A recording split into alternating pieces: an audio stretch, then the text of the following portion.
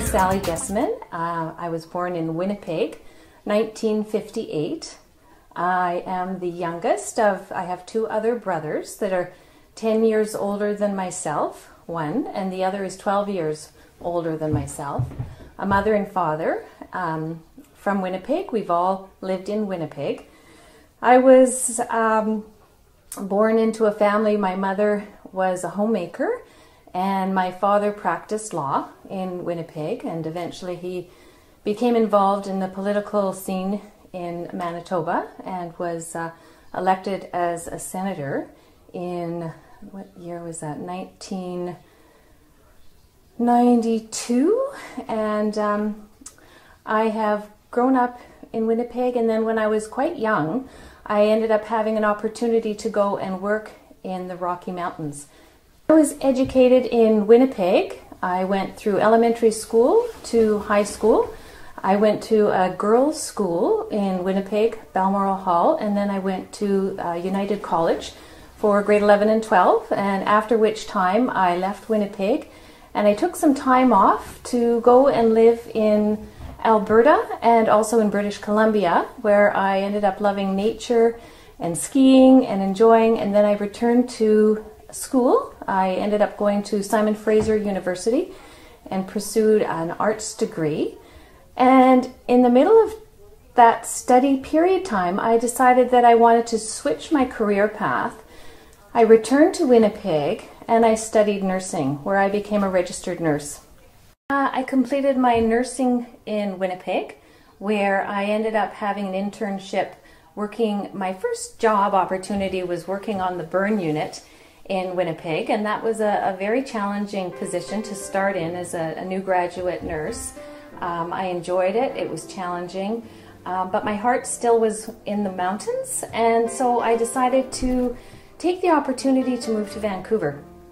And I ended up getting a job working on the burn unit in Vancouver at the Vancouver General Hospital, and I worked in the hospital for a few years in that position, and I still wanted to pursue further education in my nursing career, so I ended up taking an intensive care nursing course, which was also extremely interesting, and I found it very challenging and exciting, and I had the opportunity to work in the intensive care unit at the Shaughnessy Hospital. And that can give you an idea. The hospital's been shut down for many years, but that was my starting place, and I worked in that area for a period of time, and then yet again I wanted to change because I love change and opportunity and further education.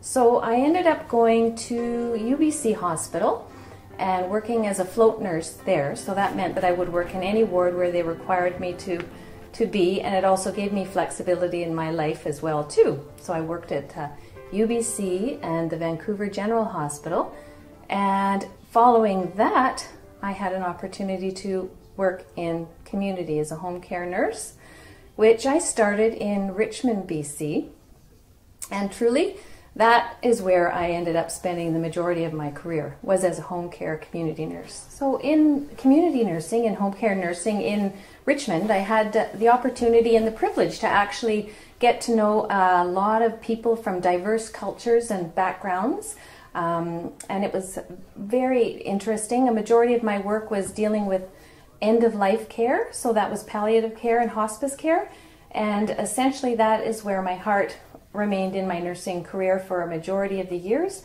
of which I spent 20 years in community home health, in addition to a sideline of fascination with holistic health practices as well too. I ended up completing a program with Langara College, a holistic health practitioner program, and at one point ended up helping assistant teaching in that program, and have loved that. I've worked in a number of communities, Richmond, downtown East Side in Vancouver, and also in the North Shore, and that's where I presently live, and that was where I held my final position as a community home care nurse, which I thoroughly enjoyed. At this time, I was involved as well with the North Shore Hospice Society, which after 6 years I've given up my position and have moved further into support and an excitement around working with children in India. And this has been my recent passion, is to have the opportunity. I went to India in Gujarat the last few months of 2015. In my career, I was interested in holistic health practices, and I ended up going to travel in Asia. One time on a group of nurses and myself ended up going to Tibet, and we spent a month traveling in Tibet and visiting holy sites, and I was fascinated with that aspect of just a new way of life, a new perspective, and it really sparked an interest for myself as well. I ended up getting the opportunity to go to Nepal, and at that time we brought a lot of goods to donate to the child orphanage, and we weren't sure as to where to go, and we were introduced on that, or I was introduced on that trip to a fabulous organization called Child Haven.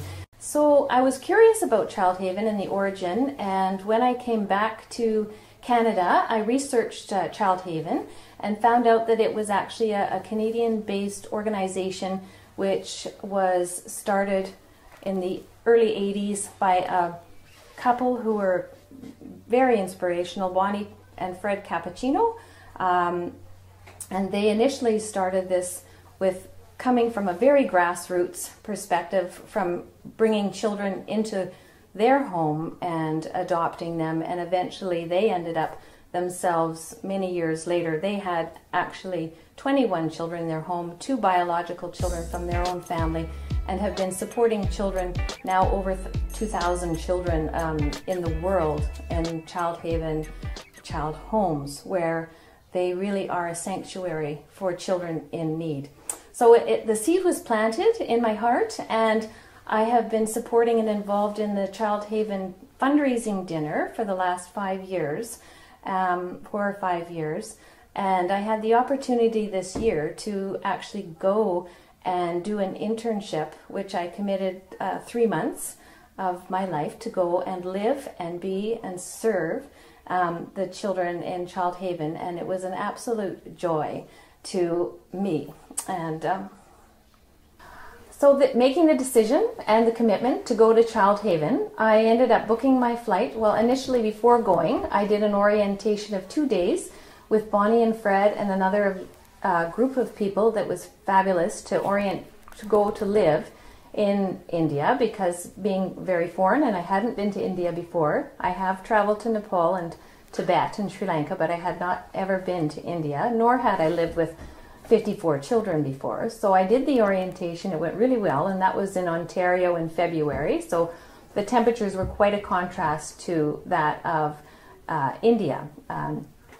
And I felt very well prepared in a sense with the written information and the verbal information and the support given to me by the organization of Child Haven from Bonnie and Fred. And I also had access to communicating with other interns, so I got some ideas as to what I might expect. But of course, landing in Ahmedabad, I flew from Vancouver to Mumbai, and then Mumbai to Ahmedabad, where I was picked up, and inevitably my luggage was lost, and so it goes. And it was wonderful. Everything was very fast-paced and exciting. The smells, the colors, the movement, the children.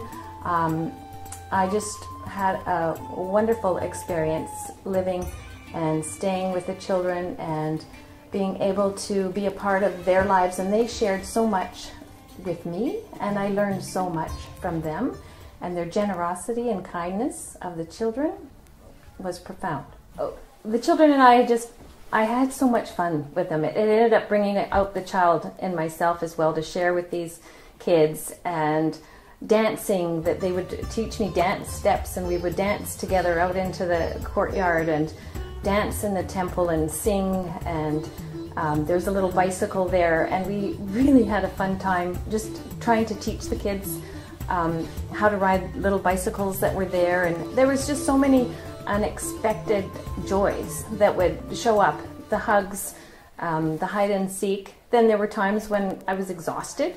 54 children all clamoring at once with a different language and wanting you to remember their names. That I found really hard. So I ended up actually getting recipe cards, and I had each of the child write their name out on the recipe card of their name, and then I would take a picture of each individual child, and at nighttime I would go through the file of the pictures and their names so I could remember. And at the very end, after 3 months, I actually did have all 54 children's names pat, but initially it was a challenge.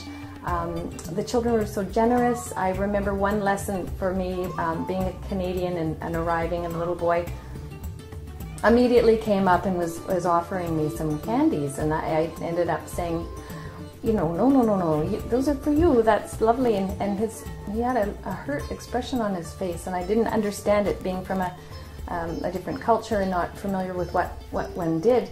And really it was their joy to be able to give, and so that for me, not accepting their gift of candy was something for me to learn. And these children have opened my heart to receive love and to give love. And I mean, there isn't a more profound gift that we can share with our children and with ourselves as well too. We had a routine, and it started in the morning with exercise, so that really has incorporated into my life now. We would do exercises first thing in the morning at 6 o'clock and do the stretching and the yoga, and then we would have the breakfast, and it was very, before every meal there was a prayer sung. In gratitude, we sat on the floor, we ate with our fingers. That was through choice for the interns, but it was wonderful, a very, very wonderful experience. So as we would watch the temple, sometimes I would sing with the children. We would sing, "This little light of mine, I'm gonna let it shine. This little light of mine, I'm gonna let it shine. This little light of mine, I'm gonna let it shine, let it shine, let it shine, let it shine." And we used to sing this. I also worked at a Camp Carey in Vancouver, and that's a bereavement camp for families and children that have had someone in their families die. And a big part of that camp was singing and music therapy. So for us to sing together, the children, I tried to learn their songs, and they learned a little bit of my singing, and there was joy. The joy that we shared with one another was from the heart. And I've got to say that the biggest gift that I received was the unconditional, open love of people, children. I was welcomed. I was in the communities, in these small little villages, and a number of people had never seen a white lady before, let alone I was a white lady who rode the bicycle to town. And it was just, there was so much sweetness, and there was so much generosity, and there was time, and that was the wonderful piece too, just to be able to spend time with these children. And so my biggest joy and what I aspire to do is to continue to bring that light of whatever capacity it is, whether it be within the palliative setting in Canada and with the children who have lost family members, or to go and return to India. That is my desire, and my plan is to return with Child Haven and service in that capacity. I just got so much from it, and it recognized as well my strength and ability to give too, and service, and the qualities that each and every one of us have to be able to contribute to our communities. It's a beautiful gift, and multicultural, to be able to share, to understand, and to essentially, the bottom line, love each other. And that's what I gained, and that's what I continue to hope to bring out into the world. Another thing that I've so appreciated with Child Haven and being involved with this organization, that it is non-denominational, and that the children would come from many faiths. There were Muslim, Hindu, Jai, Christian.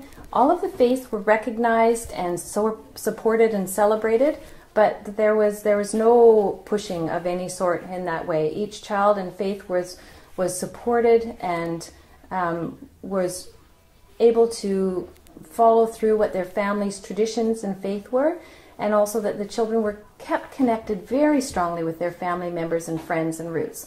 And it was just a fabulous experience to be able to witness the love between the community, the children, their families, and this organization. And I couldn't speak more highly of any other experience other than that. So I'm a mother of 2 beautiful children, and they aren't children anymore, but they will always be my children.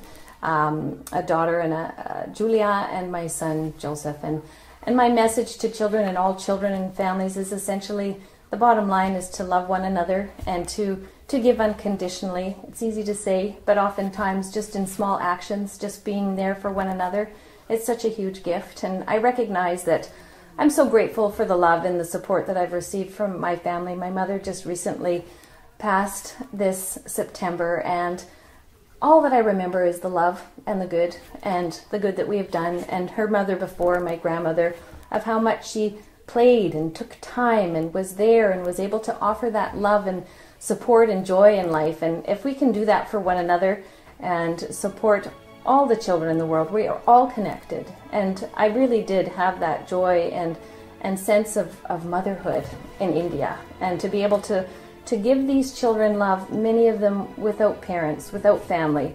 And it was fabulous. I ended up, the last month that I was there at Child Haven, there was 12 children that actually didn't have anybody in this world.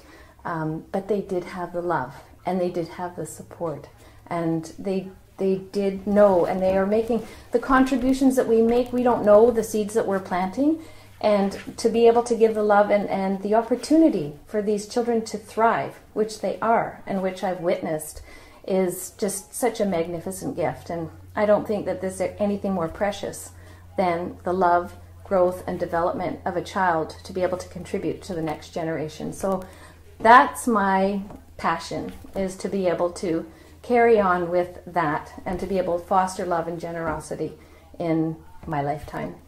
Having worked with palliative and end-of-life care for a majority of my career, I really have an appreciation for the preciousness of life.